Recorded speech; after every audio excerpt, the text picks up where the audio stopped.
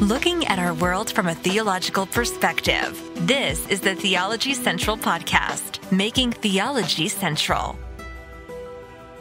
Good afternoon, everyone. It is Saturday, November the 4th, 2023. It is currently 4:18 p.m. Central Time, and I am coming to you live from the Theology Central studio located right here in Abilene, Texas.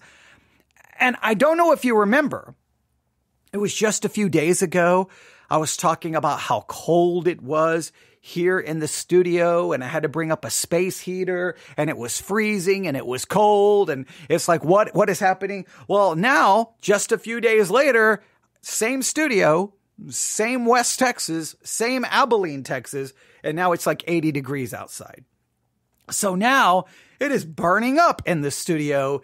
It was such, wait, is it cold? Is it warm? Which one is it? It's contradictory. It keeps changing. Which is it? Well, I say all of that because sometimes within Christianity, I struggle, and you may feel that sometimes my perspective is a little contradictory or it keeps changing. But let me try to explain. There are times in Christianity where I get very frustrated when someone comes along going, hey, we have a new way of interpreting this verse, and no one has seen it for 5, 10, 15, 20, 50, 100, 1,000 years. We finally know how to interpret this verse. Everyone has been wrong. That sometimes bothers me greatly, right? Because I'm like, wait a minute. So everyone got it wrong for 1,000 years until you figured it out? I've talked about this before. I kind of got very frustrated because I felt that's what was happening with Romans chapter 13 during the pandemic. Year after year after year, I would hear, hey, you're to submit to the government, godly or ungodly. You're to submit, other than very extreme situations where then you are allowed to disobey. And even that, when you look in Acts, were they disobeying against civil authority or were they disobeying against religious authority? Was it the civil authority telling them they couldn't preach, or was it religious authority? And that raises a lot of questions. But all of a sudden it felt like everyone was like, no, Romans 13 only applies to submitting to good government. But if the government is if we decide the government is bad, we no longer have to submit. And I'm like, wait, where did this new interpretation come from? So sometimes I get very frustrated when someone comes up and says, wait a minute, we've figured it out. Everyone has been wrong. I get a little bothered. But at the same time, and you may feel contradictory, I kind of get tired of that within Christianity, there's almost like, this is the way the verse is interpreted. Don't look for anything else because this is the way it is. And if you go against this, well, now you're in trouble because you're going against our team, you're going against your tribe because this is the way our denomination, this is the way our church interprets it, and don't look anywhere else. And you may think that that's contradictory. On one hand, I don't like when someone's like, hey, here's a new way of interpreting it. On the other side, I don't like when people's like, don't ever look for a new interpretation. So I sometimes struggle with that balance, but I do think there's a balance. I do think if you come up with a brand new interpretation, you've got to at least expect a little bit of like, well, wait a minute.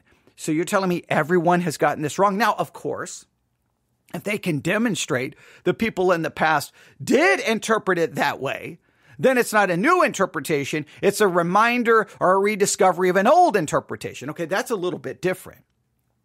On the other side, I do believe sometimes people just interpret a verse because that's the way everyone else interprets it. And I think there's a problem. So you have to find kind of that balance. And at times it may feel contradictory, and at times it may confuse people. And I think at times I confuse people with that because you'll hear me kind of go back and forth sometimes to maybe, I don't think I go to either extreme, but I do find myself struggling with trying to find the correct balance. And I bring all of that up because today I have in front of us an article that informs us that we have all misunderstood Romans 8:28.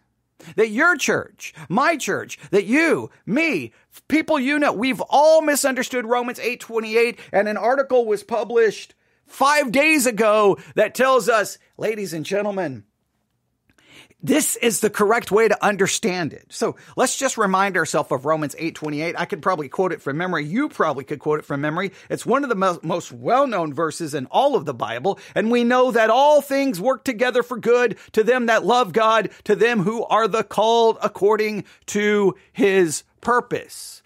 All things work together for good.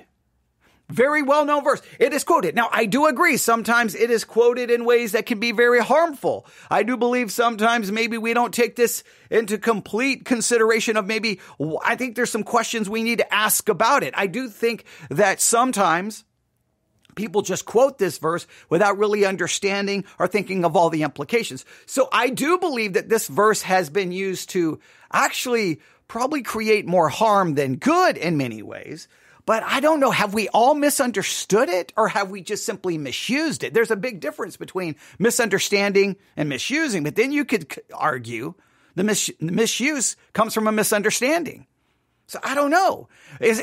Have we all been wrong? Well, we're going to take the next 30 minutes, 45 minutes, an hour, ever how long it takes to work through this article that seems to imply, hey guys, we've all gotten Romans 8:28 wrong. So are you ready? Are you ready to investigate? Let's put our thinking caps on. Now, again, I want to find that happy medium. I'm more than willing to hear someone say, hey, here's this new interpretation. Now, I'm hoping they're basing it on something in the early church. I'm hoping that they can base it and say, hey, the early church didn't understand it this way. So then it's not really a new interpretation. I feel like I've got something to go with. And hopefully they can provide some textual, linguistic arguments for their perspective. But I'm always willing to listen. I'm always willing to listen because I don't want to just like, well, no one else understands it that way, so let's just ignore it. But I want to find that happy balance here, but I'm willing to listen. So are you willing to listen and at least consider the possibility that we've all gotten Romans 8:28 wrong? Are you ready to consider that? All right. Here's the headline. Again, this was published 5 days ago. N.T. Wright says Christians have misunderstood Romans 8:28. Now, maybe you know who N.T. Wright is. Maybe you don't. They're going to offer a little bit of biographical information about N.T. Wright. You may agree with him. You may strongly disagree with N.T. Wright. I strongly disagree with him on many issues. But hey, I'm still willing to listen to how we possibly have misunderstood Romans 8:28. So that's the major headline. N.T. Wright says Christians have misunderstood Romans 8:28. Then right underneath that, they have a little kind of like a summary line. The difference a preposition can make. The difference a preposition can make. So they are arguing that maybe the entire verse has been misunderstood because of a preposition. Because of a preposition. Now, is it possible that we've all gotten the preposition wrong? Is it possible? Is it possible? I'm going to do this really quick. Hang on. I'm going to do something here. All right. A preposition is a word governing and usually preceding a noun or pronoun and expressing a relation to another word or element in the clause. All right. So let me read that again. A preposition is a word governing and usually preceding a noun or pronoun and expressing a relation to another word or element in the clause, as in the man on the platform. She arrived after dinner. What did you do it for? Those are some examples, right? So, let me read this all again. A preposition is a word governing and usually preceding a noun or pronoun and expressing a relation to another word or element in the clause, as in, quote, the man on the platform, quote, she arrived after dinner, quote, what did you do it for? All right. Using a preposition at the end of a sentence in everyday speech is common. All right. So we're going to have to go maybe back to school here, right? We're going to have to consider some of this and see that. So is the problem in Romans 8:28 is because maybe we don't know our prepositions, or we've been using the wrong preposition, or we don't know how to read, or like, is that the problem? I don't know. Let's at least look into this. All right. And we could talk a lot about prepositions, but here we go. I quote, N.T. Wright is the most famous and influential theologian alive today. Now that's a big statement. I don't think he's the most famous, and I don't know if he's the most influential. I don't know. I don't know if I agree with either. He's well known. He's definitely been influential, but when you put the word most there, you're making a very dogmatic assertion. Based off what standard are you saying he's the most famous and most influential? Famous would be he's the most well known. Now, it's Saturday. Tomorrow at church, walk around your church and ask how many people who N.T. Wright is. I have a feeling most people won't have a clue, but I could be wrong. I could be wrong. All right. But, all right, here we go. All right. All of a sudden, my iPad decided to I almost got scared. I'm like, wait a minute. The article just disappeared. I'm like, I'm never going to find this again. All right, here we go. So N.T. Wright is the most famous and influential theologian alive today. The 74-year-old Anglican priest and Oxford Research Fellow has authored 90 books, contributed hundreds of articles to both Christian and secular publications, and appeared on countless podcasts. Now, let's be fair. That's a lot of books. 90 books is a lot of books. I'm going to be honest with you here. I'm just going to be honest. I don't think I've ever read an entire N.T. Wright book. I don't think I have. I know I've read some rebuttals of some of his books. I maybe have read one of his books. Maybe. Have you ever read an N.T. Wright book? Have you ever seen an N.T. Wright book? How many times have N.T. Wright books been talked about in your church? I don't know. Again, most famous and influential. That is, to me, okay, this is what I see. I'm just looking at this, somewhat jaded, somewhat as a critic. To me, this is almost, how can I say, this is where you believe what he says. So to make his argument appear stronger, he believes we've all got Romans 8:28 wrong. So the person writing this article obviously agrees with N.T. Wright. This is what I'm feeling. We'll work through this, but this is what I think I see. This to me is a way of psychologically making it sound like, see, N.T. Wright is the most famous. He is the most influential. So if he says we got Romans 8:28 wrong, well, then obviously we possibly got it wrong because this man is an Oxford Research Fellow and has authored 90 books, contributed hundreds of articles to both Christian and secular publications, and appeared on countless podcasts. This is, to me, where he's kind of setting up, who are you to argue with that? Who are you to argue with that? To me, this is almost kind of setting up a bias where it's almost, he's making, the author of this article is almost making an argument because N.T. Wright has done all of these things. Who are you or I to argue with him? So I'm not a big fan of that because, again, he's making dogmatic assertions without any proof. Now, you can dogmatically claim he's 74 years old. You can dogmatically assert he's an Anglican priest. You can dogmatically assert he's an Oxford Research Fellow. You can dogmatically assert he's authored 90 books and contributed hundreds of articles and appeared on countless podcasts. All of those are dogmatic assertions. Those are factual statements. Now, the question is, does that ensure that his interpretation of Romans 8:28 is correct? Now, this is the weird world of non-Catholicism, of the Protestant world. Because in the Protestant world, someone who has all of those credentials are, according to the way it works in the Protestant world, has no more authority, has no more power, has no more ability to interpret than the person sitting in the pew who works in construction. Because the person sitting in the pew who works in construction is supposed to be the one who can look and go, nope, what is being preached is true or false. And we've talked about all of that weird thing. Because you got to be careful. If you're saying, well, if a person has more study and has done more of this, then their interpretation has a greater chance of being right. Without, if you're not careful, you almost create kind of a magisterial authority. See, if you've got more degrees and you've written more books, then your interpretation has greater power than those who don't. That's kind of a fundamentally against the whole Protestant notion that the average Christian has the power and right to interpret. And we can look into all of those problems. But let's continue and what happens here.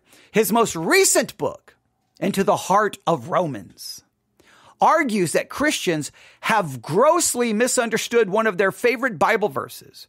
Wright goes so far as to call Romans 8:28 the Bible's most misunderstood verse. So according to N.T. Wright, the most misunderstood verse in the entire Bible is Romans 8:28. And according to the little tagline, it's all because of a preposition. It's all because of a preposition. We've all gotten the preposition wrong. And if we got the preposition right, then we would understand the verse. But because we got the preposition wrong, then it's the most misunderstood verse. All right, here we go. Now this is the article continues. What do Christians get so wrong about Romans 8:28? What do you think we get so wrong? What do you think? What do you think we get so wrong about Romans 8:28? Now, I tend to think that what we get wrong is a lot of times we quote it. And we know all things work together for good. And the idea that it's good according to our idea of good, according to what we want. So someone is suffering. We're like, hey, all things work together for good. And we almost put it like, hey, something great's going to come out of this horrible situation. And it almost diminishes the suffering someone is going through. I can remember when my mother died as a young person and people going, all things work together for good. Oh, really? So I'm going to get my mother back? Yeah, thank you. Things are going to work out great. That me and my mother died with a completely broken relationship. I wasn't even living at home, and we're never going to be able to reconcile, never going to get an apology. Nothing ever's good. But thank you for telling me all things work together for good. I really appreciate you showing up at the funeral, telling me that all things are going to work together for good. Hey, why don't you shut up and get out of my face? Yeah, that's basically how I felt. And those people never come back to go, see, I told you all things are going to work together for good. I told you. Well, things didn't really work out together for good, because with less than a year where I was sitting in a church looking at my mother's casket, less than a year later, that same church, standing where my mother's casket was my father marrying another woman who then came into our family, brought in all of her children from previous marriages. And then, well, that was the end of my relationship with my father. So things didn't get better. And then we could look at all the negative things that erupted out of that mess. No. All things didn't work together for good. So maybe sometimes we understand good. Maybe our problem is we understand good the wrong way. Also, another problem I think we tend to do, and we all know things work together for good to them that love God, is we tend to forget that part. There seems to be, it works together for good for those who love God. Because I think if you love God, then whatever God does, we then will see as good because we love him. And then the good is what he does, whether we like it or not. I think there's a lot that we could go with that. To them who are called according to his purpose. So I think there's a lot there we misunderstood. But is it because of a preposition? I don't know. Let's see where they do here. All right, here we go. So what do Christians get wrong about Romans 8:28? This is what they say. One word, a preposition. Problems with the subject. Depending on the translation, there may also be problems with the subject in Romans 8:28. So he says what we get wrong is a preposition, but we also have problems with the subject. Wright focuses on the King James Version, which is what I read, of Romans 8:28, since it was the dominant translation for so long and the basis for more recent versions. And we know that all things work together for good to them that love God, to them who are called according to the purpose. The King James makes all things appear to be the subject or actor in the sentence, all things work together, implies that events and circumstances in the world have some kind of mysterious, almost karmic engine. Things work out on their own apart from God. Now, I don't know if I've ever witnessed that interpretation in the church. Have you ever witnessed the idea that all things work together apart from God? That they just some kind of mysterious karma is at work and just all things tend to just work out good apart from God? I don't think I've ever heard that. So he focuses on the King James, says all things work together. And so according to them, this appears that all things appears to be the subject. And that all things work together implies that events and circumstances in the world have some kind of mysterious karmic energy or engine, and things work out on their own apart from God. I've never heard that. I've always understood all things work together for good because God is the one who's driving it. I've never understood that it was all things work together for good apart from God. It was just kind of built into the universe. That no matter what bad things happen, it ultimately works for good. I've never understood it that way. I don't think I've ever met a Christian who've understood it that way. But according to this, he says the King James seems to imply that. Maybe that's my own poor reading.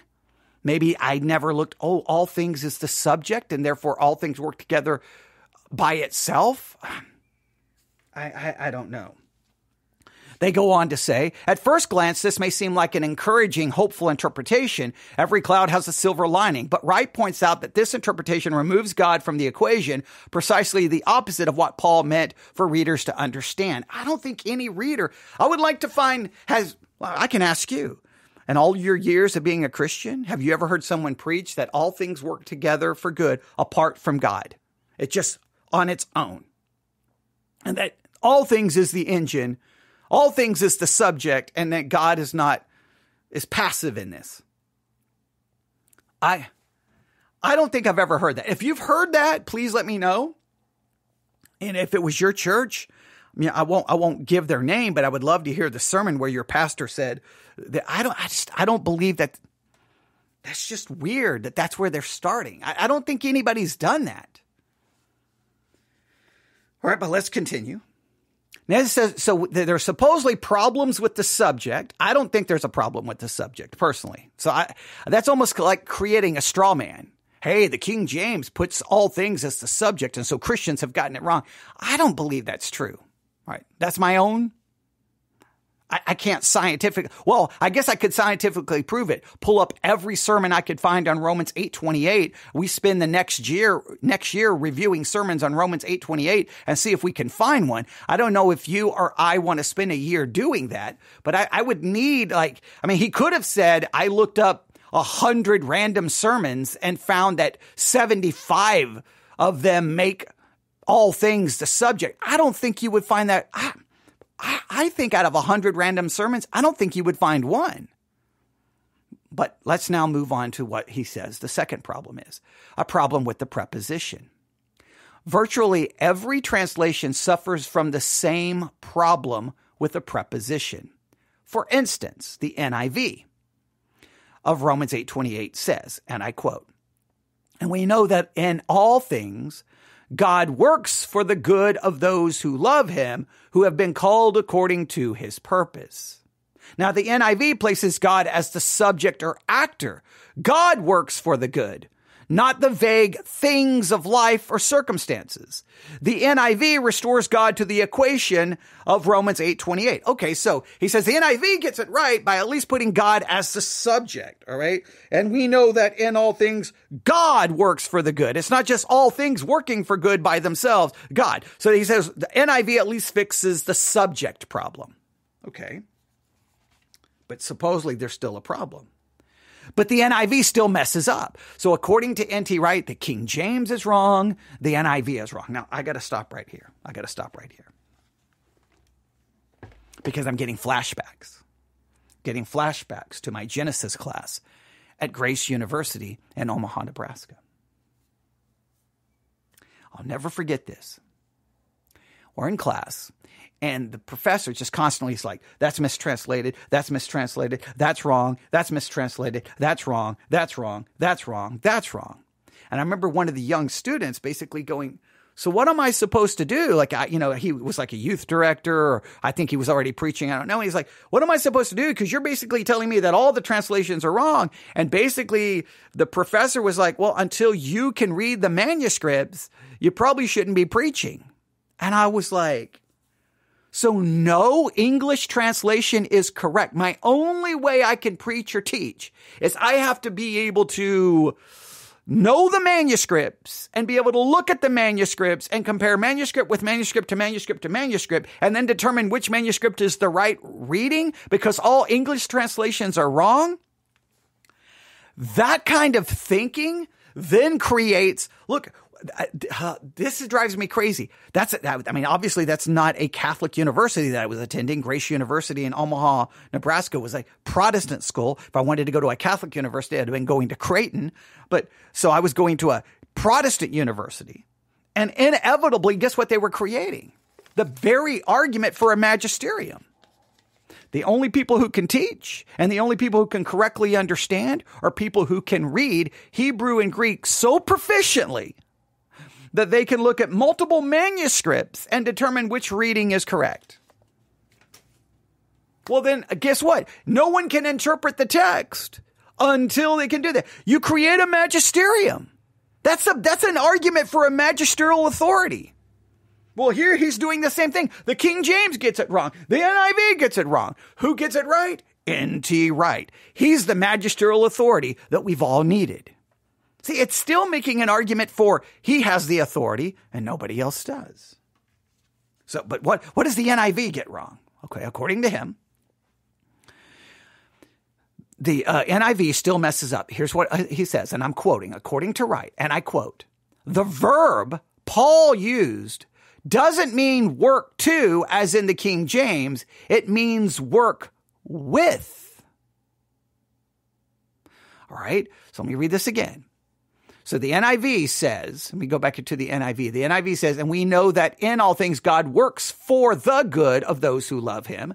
The King James says, we know all things work together for good. So work together works for. According to him, the verb Paul used doesn't mean works to, as in the King James. It means work with. Wright argues that the translations works for good to them causes Christians to completely miss Paul's actual meaning and the implications for their faith. So it should not say, according to him, works for good to them. That's wrong. That misses the whole thing. If God works for good to those who love him, then we don't have to do anything to bring about good things. We can sit on our hands, seen but not heard. We can wait for all things, karma or God, to take care of our lives and the troubles of the world. So according to him, it makes us too passive. He thinks the problem with our interpretation is that if we say all things work together for good, or if God is working together for our good, that this makes us passive and that God does the work and we just sit back and we passively receive it and we don't have to do anything to bring about this good. And N.T. Wright is like, that is incorrect. That is not true. Okay. Where is this going to go? Now, this is interesting. You got your thinking caps on? According to this, what Paul is actually doing in Romans 8:28 is he's calling Christians to a vocation. He says that this idea that God's going to work all things together for good, if we get God as the right subject, God is the one doing the work, and he's working all things together for good for us, that this makes us too passive and we're not doing anything to work out the good. And he says that Paul, N.T. Wright says, Paul is actually calling Christians to vocations in Romans 8:28. And then this goes on to say, such an interpretation of God doing it all, such an interpretation and attitude demolishes Paul's real meaning, the call to Christian vocation. He says the real meaning of this is that Paul is calling us to vocation. That what Paul is actually doing is that we work to bring about the good. That this is something we are to do. So are we the engine or is God the engine? Well, he seemed to imply that God is the engine. So this means we work together with God to bring good. God does his part. We do our part. This is we work together with God in vocation to bring about the good. That's seemingly the direction N.T. Wright is going. Now he's going to make his argument. If God works for good with those who love him, then we have a responsibility to cooperate with God's will and love. Our actions, our choices matter to God because they help bring about his will on earth as well as in heaven. God needs creaturely cooperation to stop evil and alleviate suffering. Now, I've got some major problems here. God needs? creaturely cooperation? God needs that? So you're telling me God looks down like, this place is a mess. This world is an absolute garbage heap. I need some people to cooperate with me to work all of this evil into good. To alleviate suffering and to stop evil, I need people to work with me. Now, first of all, that seems to destroy God's omnipotence, and you make him dependent upon us. The reason the world is a mess is not, I guess this gets God off the hook a little bit, right? The reason the world is a mess is not because God lacks the power or the will. It's because God has set it up that we must cooperate with him to alleviate the evil and the suffering. That the whole point of Romans 8:28. So what I guess N.T. Wright is saying, the way we should interpret Romans 8:28 is that all things work together for good when we work with God. We have to work with God, we have to love God, and we have to be called according to his purpose. It seems that this would be a conditional. There are 3 conditions that must be met. This seemingly now I don't know if he's going to break it all down, but this seems to be the direction he's going. All things can work together for good if we work with God, love God, and are called according to his purpose. And that this is a call to vocation. This seems to be the argument N.T. Wright is making. Here we go. Let's continue reading this. As Wright points out, most Christians regard Romans 8 as an explanation for how Christian salvation works. And the idea of human effort contributing to eternal salvation sends shivers down some theological spines. But the passage of Romans 8:28 is not about salvation. All right. So he's going to make another argument. Some would say all things work together for good, but this is reference to salvation. He's like, it's not about salvation. Let's go back to Romans 8. And let's see if we can figure out exactly what is being referred to here. All right. Romans 8. All right. So we go to verse 18. For I reckon that the sufferings of this present time are not worthy to be compared with the glory which shall be revealed in us. Hey, we're suffering, but there's going to come a time that there's going to be a glory revealed in us that's far greater than the sufferings we're currently enduring. Now that seems to be referencing to our glorification. Hey, suffering now, but ultimately glory then, meaning all things ultimately will work for the greater good, our glorification. We may be suffering now. Does that work? I don't know. Let's go to verse 19. For the earnest expectation of the creature waiteth for the manifestation for the sons of God. We have this expectation now, but it's going to wait until ultimately to the manifestation of the sons of God. Is that not glorification? I don't know. Verse 20, for the creature was made subject to vanity, not willingly, but by reason of him who hath subject the same also in hope. We have been subject to vanity. God did that. But he also have subject the same in hope. Those of us who've been subjected to vanity, to the sufferings of this world, have been also subjected to hope, but it's a hope that doesn't derive from us, but derives from God's sovereignty and electing us, choosing us, saving us, and ultimately will glorify us. Meaning all things would work together for good, right? Because the creature also Because the creature itself also shall be delivered from the bondage of corruption and to the glorious liberty of the children of God. Because ultimately, this suffering will be turned into glory. What? Because God will do the work. God will do what he subjected it to vanity. There is suffering now, but ultimately God will redeem. He will glorify. There'll be a new heaven and a new earth. All things will work ultimately to good. For we know that the whole creation groaneth and travaileth in pain together unto now. Everything is suffering now because it's subject to the curse of the fall. Verse 23, and not only they, but ourselves also, which have the first fruits of the Spirit, even we ourselves groan with ourselves, waiting for the adoption, to wit, the redemption of our body. We are groaning now, but we are waiting. We have a hope that will not disappoint. And what is that hope? The redemption even of our body. This fleshly body, this corrupted body, this weak body that gets sick, that suffers, that dies. but we have a hope that's eternal, that God will redeem. There will be a glorification. Verse 24, for we are saved by hope, but hope that is seen is not hope. For what a man seeth, why doth he yet hope for? We have a hope, and we can't yet see it. Remember, we talked about this a couple of days ago about faith and hope. Faith has the ability to grab onto what we cannot see, and then that gives us a chance to hope. But it's a confident hope, a hope that will not disappoint. What is that hope ultimately in? Not in my present circumstances changing, but in the eternal reality that all the present suffering will give way to a greater glory, and that all things will work together for good. But God would be the one doing this, not with my cooperation. Everything here is about what God will do, has nothing to do with me. Okay. Let's continue to read verse 24. For we are saved by hope, but a hope that is seen is not hope. For what a man seeth, why doth he yet hope for? But if we hope for that we see not, then do we like patience wait for it? We hope in what we cannot see by faith, because faith is the evidence of what we cannot see. Faith grabs onto it.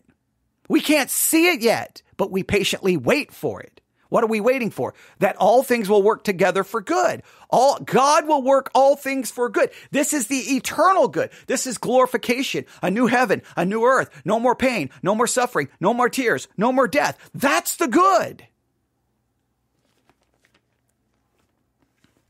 Verse 26, likewise, the Spirit also helpeth our infirmities, for we know not what we should pray for as we ought, but the Spirit itself maketh intercession for us with groanings that cannot be uttered. Now, while in the midst of suffering, the Spirit makes intercession for us. Is that good to know? I'm glad to know that when I'm suffering and I don't even know what to say, and all I can do is groan, all I can do is throw out a spiritual scream of lament, the Spirit is interceding for me and can pray a prayer much better than I can, because all things are going to work together for good. That what? Glorification. Verse 27, and he that searcheth the hearts knoweth what is in the mind of the Spirit, because he maketh intercession for the saints according to the will of God. And we know. What do we know? We know all things work together for the good to them that love God, to those who are called according to a purpose. All things are going to work together for good. That working together for good is God going to work all things together for good, which is ultimately our glorification. I think this has everything to do with ultimately salvation and eternal glorification. He's saying, no. This has everything to do with the here and now, and I'm supposed to work with God to bring all things together for good now. If I cooperate with God, if I love God, and I'm called according to his purpose. I'm sorry, I completely disagree with N.T. Wright, just on the context of the scripture itself. Now, I'm willing to take any new interpretation as a hypothesis and work through it. But I just took you verse by verse through the context.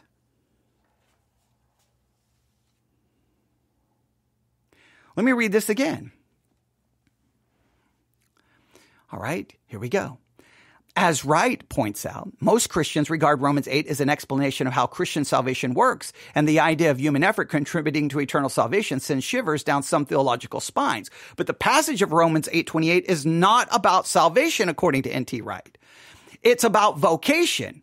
Wright eloquently explains, and I quote, those who have been grasped by the gospel of Jesus, those in whose heart the Holy Spirit has been at work, now have a specific role, a task within God's ongoing purposes.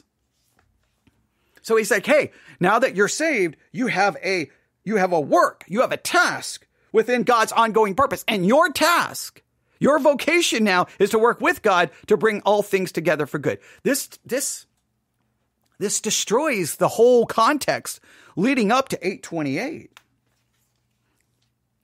Now, listen what they do here. This interpretation fits the overall narrative and theology of the Bible. Whoa. Wait a minute. That's not how you do hermeneutics.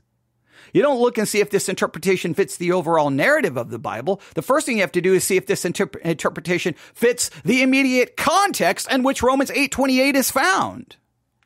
He says, God appointed humans in the Garden of Eden to co-rule creation with him. Paul refers to the Genesis creation story throughout Romans, and the 8th chapter explores how co-ruling creation may work and practice. So he's like, hey, he borrows from Genesis and says that what he's doing here is he's looking at how we co-rule with God, how co-ruling creation may work with practice, that we co-rule somehow with God in creation to bring about good. That's not what Romans 8:28 is saying. Romans 8:28 is saying there is immense suffering now, but we are waiting for a time where the suffering's going to give away to glory. Well, where are you going to look to? To the time that we work out glory on this earth? Well, I'm sorry, that's the most foolish thing I've ever heard in my life. I'm looking for the time where greater glory is glorification, the redemption of all things, a new heaven and a new earth. No more pain, no more suffering, no more death.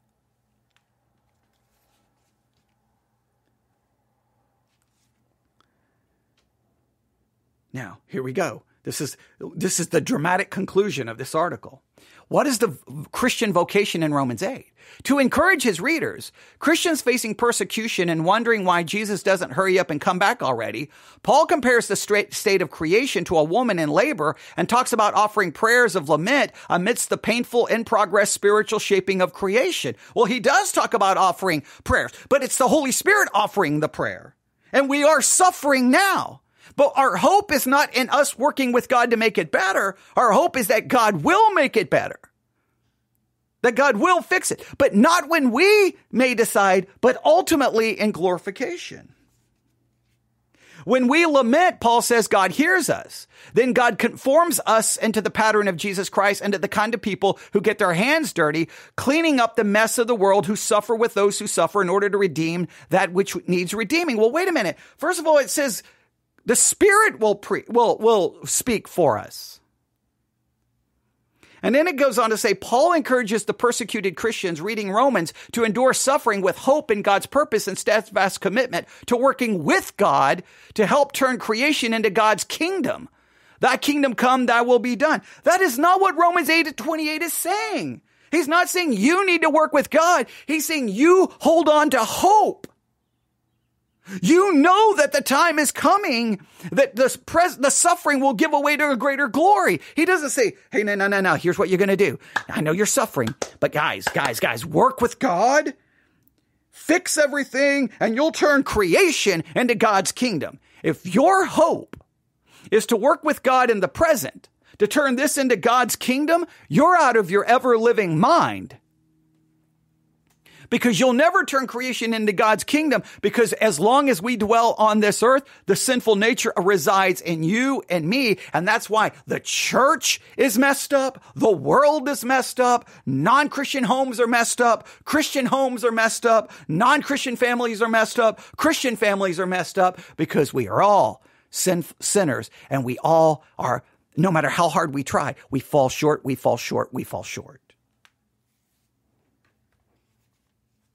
The next verse, Romans 8:29, explicitly says that God conforms his people into the mold of Jesus Christ. Let's look at Romans 8:29.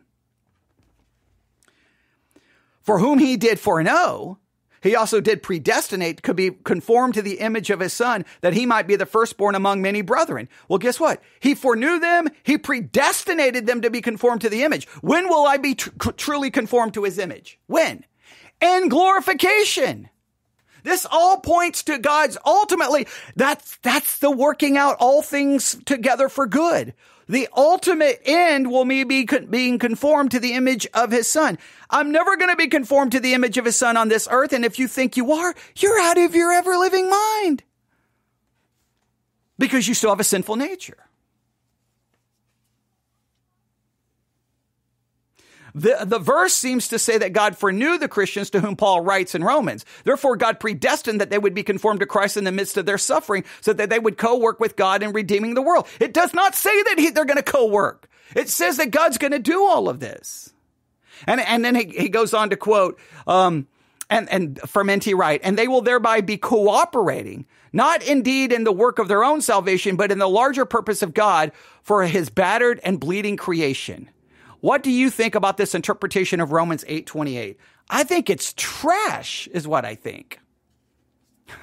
That's what I think. Now, that article is written by Eric Sentell, Sentell. Eric Sentell. This is, I found at Medium. I subscribe to Medium. I think it's medium.com, I think. I have the app. And it's N.T. Wright says Christians have misunderstood Romans 8:28. I believe that interpretation is fraudulent. I believe it's wrong. I've given you my interpretation. I've spent 45 minutes trying to articulate the context in order to justify my interpretation, where you'll notice nowhere in that article do they even try to handle the verses that come before Romans 8:28, try to claim that we've gotten the subject wrong and the preposition wrong, and doesn't even try to bother to look at the actual context of what comes before it. I place before you in your capable hands Romans 8:28 today, and I'd love to get your thoughts on this supposed correct interpretation of Romans 8:28, as they claim, N.T. Wright is claiming, that we've all misunderstood it. I'd love to hear from you. You can email me, newsif@yahoo.com. That's newsif@yahoo.com. Newsif@yahoo.com. That's newsif@yahoo.com. I'd like to offer you some profound words of wisdom here. But what I will tell you is, as long as human beings are on this earth, there will be new interpretations. I welcome that. But every new interpretation, I feel, should be viewed as a hypothesis. And then we should test that hypothesis with careful examination of the text itself. I believe a careful examination of the text does not lead to supporting the hypotheses that we just read. You can tell me how you interpret Romans 8:28 in light of the context that comes before it, as we verse by verse worked through quickly. And I put forth I will claim that my interpretation is a hypothesis, and you can test and see what you think. I appreciate you listening. Hope you're having a great Saturday. Hopefully you'll have a wonderful Lord's Day tomorrow. And I don't know if I'll do any more broadcasting today, but if I do, well, hopefully you'll be listening. Thanks for listening. Everyone have a great day. God bless.